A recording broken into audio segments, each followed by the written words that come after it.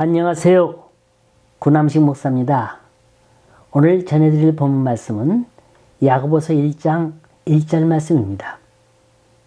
하나님과 주 예수 그리스도의 종 야고보는 흩어져 있는 12지파에게 문안하노라. 오늘부터 야고보서를 공부하고자 합니다. 야고보서는 신약 가운데 제일 처음 쓰여진 책이라 그래요. 교회 사가인 요세푸스에 의하면 그 기록 연대를 AD 62년경으로 잡습니다. 이 당시의 정황을 설명드리면 우리가 사도행전에서 공부한 바 있습니다만 사도 바울이 로마로 끌려가기 전에 3번 재판을 받았다 그랬죠. 쉽게 얘기해서 지방법원, 고등법원, 대법원 3군데를 거쳤는데 첫 번째는 로마의 지방총독이었던 벨릭스에게서, 둘째는 베스도에게서, 세 번째는 가이사에게서 이렇게 3번 재판을 받았는데 이 지방 총독이었던 자들이 한마디로 부패한 관리들이었어요. 그래서 벨릭스는 얼마나 정치를 잘못했던지 법과 질서가 형편없이 문란해 있었고 또 성직자 계층들에서는 얼마나 파벌의식이 심했던지 심지어 무장 충돌이 빈번했다고 합니다. 베스도 때에도 마찬가지예요. 사도 바울이 재판을 받을 때 유대인 지도자들과 베스도 사이에 갈등이 심화되어 있었습니다. 그래서 아주 골치였어요. 또 네로 황제에 있어서는 기독교에 대한 전면적인 박해가 시작됐습니다. 자, 당시 유대인들은 안팎으로 내외적으로 혼란케 있었어요. 이때 사도 바울은 구원이란 율법을 통해 얻는 게 아니라 믿음으로 말미암아 얻는 것이다. 이렇게 외치니까 유대인들의 기독교인에 대한 박해는 더욱 심화됐습니다. 미움털이 심하게 박힌 거예요. 이럴 때 야고보는 우리는 믿음을 어떻게 일상생활에 적용해야 하는가? 이런 물음을 갖고 믿음과 행함의 문제를 외치기 시작했습니다. 야고보서는 주로 신앙의 실천적 문제를 다루고 있는 책이에요. 행함이 없는 믿음은 죽은 믿음이다. 말로만 외치지 말라. 말씀을 깨달았다면 그대로 실천하라. 그래서 야고보서엔 2가지 별명이 있는데 신약의 잠언, 신약의 아모스라 그래요. 잠언서는 지혜의 문학이죠. 아모스는 정의의 선지자예요. 지혜와 정의, 즉 진정한 신앙은 입으로 고백하는데 그치질 않고 구체적인 삶 속에서 이루어져야 합니다. 이걸 강조한 책이 바로 야고보서예요. 자, 그런데 이 야고보서를 쓴 저자 야고보는 누구일까? 어떤 사람일까? 오늘 본문 1절에 보면 하나님과 주 예수 그리스도의 종 야고보는 흩어져 있는 12지파에게 문안하노라.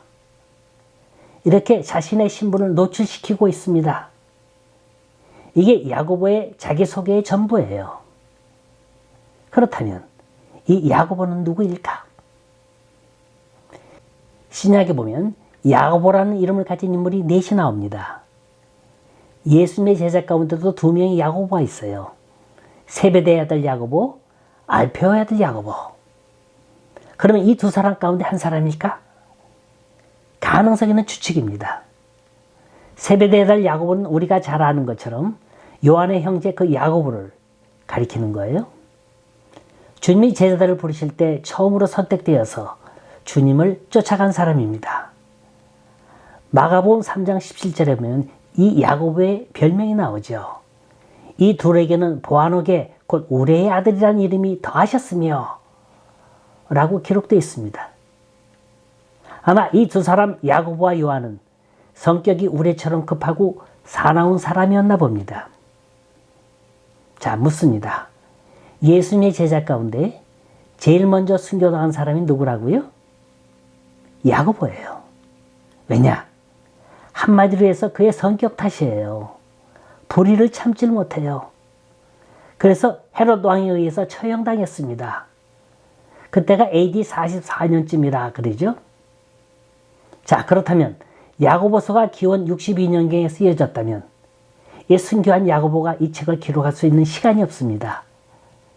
그래서 세베대의 야고보는 야고보서 저자에서 제외가 되고요. 두 번째는 알페오의 아들 야고보예요. 근데 이 사람은 너무나 조용한 사람 같아요. 이 사람에 대한 기록은 신약에 2번 나오는데 마태복음 10장 3절에 12사도의 명단에 들어갈 때 1번 나오고 사도행전 마가의 다락방에 있을 때 그때 참여했다고 그 이름이 나온 것 외엔 그의 행적에 대해서는 전혀 기록이 없습니다. 그래서 이 사람도 제외되고요. 세 번째는 유다의 아버지 야고보예요. 이 사람의 이름이 거론된 건 누가복음 6장 16절에 야고보의 아들 유다와 예수를 파는 자 될 가룟 유다. 이게 전부예요. 따라서 이 사람일 수도 없습니다. 나머지 네 번째 사람의 야고보는 누구냐면 예수님의 형제 가운데 한 사람, 그 야고보입니다. 전 이 사람을 좀 자세히 설명하고자 합니다. 예수님의 형제라면 예수님과 어린 시절을 함께 자랐다는 걸 말합니다. 누구보다도 예수님의 인간적인 모습을 가장 가까이에서 지켜본 사람이겠죠. 같이 먹고 같이 놀고 같이 한 이불에서 자고 같이 자랐습니다. 그렇다면 내 형 이분이 메시아라고? 가장 냉정하게 질문할 수 있어요. 이건 추측이 아니라 사람 사는 삶이에요. 아닌 게 아니라 요한복음 7장 1절에서 5절 보면 동생 야고보가 형 예수에게 이런 질문을 합니다. 예수님이 갈릴리에서 유대를 향해 가시는데 유대인들이 죽이려고 하는 거예요. 이때 야고보가 하는 말입니다. 요한복음 7장 3절에 있어요. 당신이 진정 메시아라면 왜 집안에만 파묻혀 있습니까? 나가서 한번 드러내 보십시오. 성경은 솔직해요. 꾸밈이 없어요. 있는 그대로입니다. 한마디로 예수님의 동생 야고보는 상당히 이성적이었어요. 냉정했어요. 눈에 보는 바, 나타나는 바 있는 그대로 믿는 사람이었습니다. 근데 이 사람이 예수님의 신성, 메시아임을 결정적으로 믿고 고백할 때가 언제일까?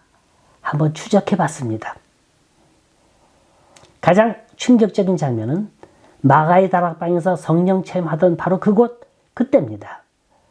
사도 바울은 바로 그 장면을 고린도전서 15장에 기록하고 있는데 뭐라고 했느냐면 예수께서 죽으시고 장사 지낸 바 되었다가 부활하셨고 후에 제자들에게 나타나 보이셨습니다.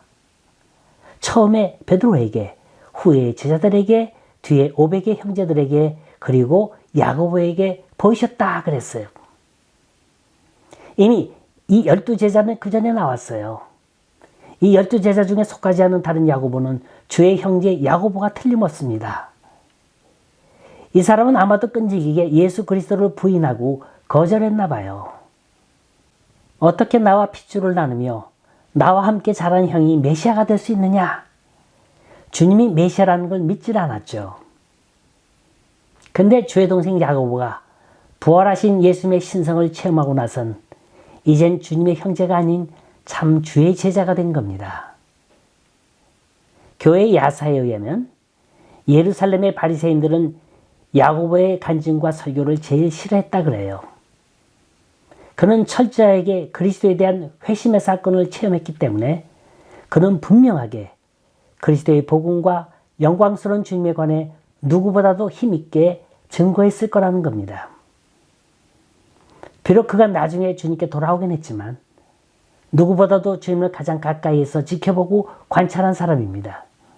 그래서 반그리스도적 무리들은 야고보를 제일 싫어했다 그래요. 결국 그들은 성전에서 야고보를 떨어뜨려 죽였다고 합니다. 그가 최후의 숨을 거둘 때 주님, 저들이 하는 짓을 자신들이 모르오니 용서해 주옵소서. 이렇게 육신의 형이었던 예수님처럼 똑같은 기도를 드렸다고 하는 믿음의 사람이 바로 야고보입니다. 야고보는 훗날 예루살렘의 최고 지도자가 됩니다. 사도행전 12장 7절에 보면 베드로는 감옥에서 나오자마자 야고보에게 보고를 해요. 특히 바울이 회심한 후 3년 뒤에 예루살렘 총에 나가서 보고를 하게 되는데 그때 상의했던 사람이 바로 주의 형제 야고보입니다. 바울은 갈라디아에서 야고보를 평가하기를 교회의 기둥과 같은 자라 극찬을 합니다.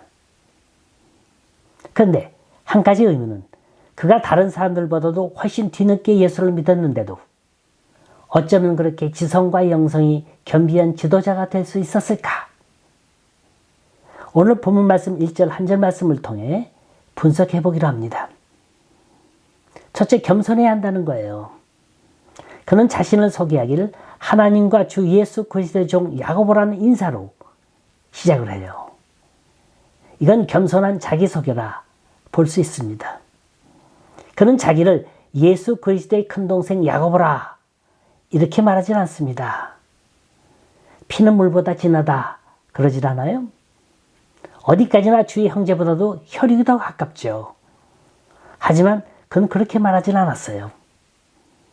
영국의 강해 설교관 M. 헨리는 이 구절을 보면서 자기를 마스터, 지도자라 소개하지 않고 미니스터, 일꾼으로 소개하고 있다고 말합니다. 그는 어디까지나 주의 일꾼이에요. 주의 형제라고 해서 특별히 다를 게 하나도 없어요. 야고보서를 보세요. 전부 5장으로 되어 있습니다. 야고보는 여러 지역에 흩어져 있는 신자들에게 편지를 하면서 그들을 자기 형제라 부릅니다. 다시 말해 그는 특별 의식을 갖지 않고 동등 의식을 갖고 살아간 사람입니다. 예수님의 정신을 그대로 따라 산 겸손의 사람이었어요. 하나님 겸손한 사람을 존귀하게 쓰십니다. 두 번째로 야고보는 긍정적 실천신앙을 갖고 있었습니다. 앞으로 이 야고보서에서 보시겠지만 하나님은 후히 주시는 분이세요. 좋은 거 주시는 분이에요. 빛들의 아버지요 영광의 아버지입니다. 신학적 전제가 아주 건강해요. 특히 가난한 자, 홀로 된 사람, 고아, 억압받는 사람들을 돌보시는 하나님을 강조하고 있어요. 따라서 야고보서의 내용을 보면 한결같이 생활 속에 적용되는 진리들이 기록되고 있습니다. 믿으려면 겉으로 믿지 말라. 외형적 경건만 내세우지 말라. 믿음과 행위, 신앙과 생활은 일치해야 한다. 믿는다는 건 다른 게 아니다. 아니, 단순한 거다. 말하는 것만큼 살고 믿는 것만큼 행하자. 이게 야고보서에 흐르는 전반적인 사상입니다. 사실 야고보서만큼 구약의 자문과 예수님의 산상설교를 많이 인용하고 재음미시키고 적용한 신약 성경은 없습니다. 한번 1장에서 5장까지의 굵직굵직한 개요를 보세요. 1장의 주제는 인내를 온전히 이루라는 거예요. 성급함이 인격을 성숙하게 하지 못한다는 겁니다. 2장에 가서는 믿음과 행함의 일치가 되라. 행함이 없는 신앙은 성숙하지 못하게 한다는 거고 3장에 가서는 말하기를 더디하고 혀를 다스려라. 이 혀를 조심하지 못함이 성숙하지 못하게 한다. 4장에 가서는 마귀를 대적하고 하나님을 가까이 하라. 시기심이 인격을 성숙하지 못하게 한다는 거고 5장 마지막 장에 가면 주의 재림을 대비하라 그래요. 특히 물질에 대한 욕심이 성숙하지 못하게 한다는 겁니다. 따라서 그가 외치는 말을 종합해 보면 하나같이 준비하라는 거예요. 참으라, 인내하라. 그러면 하나님께서 반드시 도와주실 거라는 확신이 이 속에 있습니다. 그래서 저는 힘들 때면 이 야고보서를 자주 읽어요. 시편도 좋고 잠언서도 좋지만 야고보서는 하루에 단시간에 읽을 수 있는 책입니다. 요점 정리가 아주 간단히 잘 돼 있어요. 또 야고보서는 사람을 긍정적으로 만들어줘요. 힘을 줍니다. 위로를 줍니다. 고통과 아픔과 어려움과 시험 속에서 깨달음을 줍니다. 왜냐? 야고보 자신이 겪었던 얘기이기 때문에 더욱 힘이 있고 피부에 와닿는 거예요. 세 번째는 야고보는 예수님의 바로 밑에 제일 큰 동생이에요. 그는 당시의 예루살렘 교회의 최고의 지도자였습니다. 오히려 예수님의 수제자였던 베드로보다도 더 신망받던 인물이었다 그래요. 자, 야고보는 어떻게 해서 이렇게 귀한 인물이 됐을까요? 예수님의 친동생이기 때문일까요? 그렇지 않습니다. 야고보는 형님 백이 아니라 기도의 백으로 최고의 인물이 됐습니다. 야고보서는 처음부터 기도로 시작해서 기도로 끝이 납니다. 역사가 요세푸스의 말에 의하면 야고보의 별명은 낙타무립이었다 그래요. 낙타무립이 바로 이때부터 사용되어진 말이에요. 얼마나 기도를 많이 했던지 무릎이 아주 낙타의 무릎처럼 단단해지고 구부러졌다는 말입니다. 역사는 기도하는 사람들에 의해 움직여집니다. 기도는 세상을 움직이기 때문에 그런 거예요. 기도하는 자의 미래는 잘되게 되어 있습니다. 높이 나는 새일수록 오랫동안 엎드려 있다 그래요. 겸손히 엎드려 무릎 꿇은 기도가 우리의 삶을 움직이는 겁니다. 자, 오늘부터 시작하는 이 야고보서는 우리 믿음이 성숙해지기 위한 방법을 가르쳐주고 있어요. 현대사회에서 가장 큰 문제가 되고 있는 현상 중에 하나가 성인 나이입니다. 나이는 어른인데 행동은 어린아이 수준에서 벗어나질 못하고 있다는 거예요. 소위 미성숙한 성인 상태를 말합니다. 발달 심리학에 보면요, 우리가 어린아이 시절에 받았던 영향과 상처가 우리를 성인 아이로 살아가게 한다 그래요. 한마디로 과거의 상처 때문에 성숙을 멈춘 상태를 말합니다. 이 성숙의 단계는 우리 영의 세계에선 더욱 민감해져요. 이 세상에 근심 없는 사람, 고난 없는 사람, 아픔 없는 사람, 어려움 없는 사람 어디 있습니까? 많은 사람들이 이것들에게 발목 잡혀가지고 나아갈 방향을 못 가고 있어요. 믿는 연조가 많으면 뭐합니까? 아무리 오래 믿은들 무슨 소용이 있어요? 내 신앙 상태는 어린아이 상태로 그대로 정지되어 있는데 우리가 앞으로 야고보서를 통해서 배울 거예요. 어떤 책에 보니까 성숙을 4A로 정리해 놓은 걸 봤는데 성숙이라는 건 age, 나이가 아니에요. 성숙은 얼마나 오랫동안 살았고 얼마나 오랫동안 신앙생활을 해왔느냐와 무관할 수 있습니다. 어떤 사람은 나이는 먹어가는데 성숙은 멈출 수 있습니다. 둘째, 성숙은 appearance, 외모가 아니에요. 특히 신앙적 성숙은 외면적 거룩이 아닙니다. 정장을 하고 가운을 입고 두터운 성경책을 옆에 꼈다고 해서 내면적 성숙이 우러나오는 게 아니라는 겁니다. 세 번째는 achievement, 성취감, 이것도 아닙니다. 아무리 세상적인 일을 많이 이뤘어도 그건 성숙이 아니라는 거예요. 네 번째는 아카데믹, 학벌, 이것도 아닙니다. 교육, 지식, 학위 많이 배웠다고 해서 그게 성숙하다는 걸 의미하는 것도 아닙니다. 자, 오늘부터 공부하는 야고보서가 주장하는 성숙한 믿음의 사람 5가지. 믿음이 성숙한 사람은 첫째, 고난 중에서도 긍정적인 태도를 취한다. 고난의 바람아 얼마든지 불어라. 난 하나도 두렵지 않다. 하나님이 나와 함께 하시기 때문이다. 나는 참겠노라, 인내하겠노라, 그리고 싸워 이기겠노라. 둘째, 믿음이 성숙한 사람은 사람들에게 민감합니다. 내 자신의 필요 때문이 아니라 다른 사람의 필요에 의해서 움직이는 삶이 됩니다. 따라서 내 인격과 내 삶의 성숙도는 다른 사람을 대하는 사람에 의해서 저울질되는 거라고 야고보는 말합니다.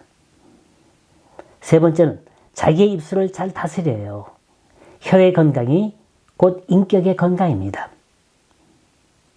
세계 제2차 대전 때 허술한 입술이 배를 갈라진다는 속담이 있었어요. 허술한 입술이 상처를 주고 삶을 파괴시킵니다. 만일 내가 소문내는 걸 즐기는 사람이라면 내 삶, 내 신앙, 이건 무가치한 거예요. 잘못 믿는 거예요. 에베소서 4장 29절엔 나쁜 말은 입 밖에 내지 말고 덕을 세우는 데 필요한 말이 있으면 적절한 때에 해서 듣는 사람에게 은혜가 되게 하라 당부합니다. 성숙한 사람은 자기를 주장하지 않아요. 자기를 내세워 다투지도 않습니다. 네 번째, 성숙한 사람은 분쟁을 일으키는 사람이 아니라 피스메이커예요. 대체적으로 이 분쟁은 이기심과 자존심에서부터 일어납니다. 누가 나 알아줘야 돼요. 인정해줘야 돼요. 당신이 최고다, 최고다 한껏 띄워줘야 합니다. 이게 성인아이죠. 허나 야고보가 주장하는 성숙한 믿음의 사람은 자기를 주장하지 않아요. 자기를 내세우지 않습니다.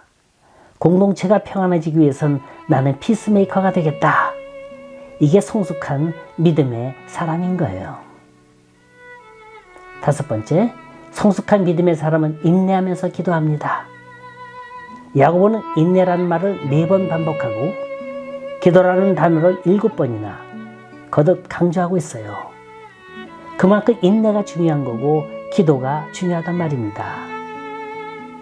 우리 야고보서를 통해서 인내를 배우고 겸손을 배우고 긍정적 신앙을 배우고 기도하는 무릎 인생을 배울 수 있길 간절히 소원합니다.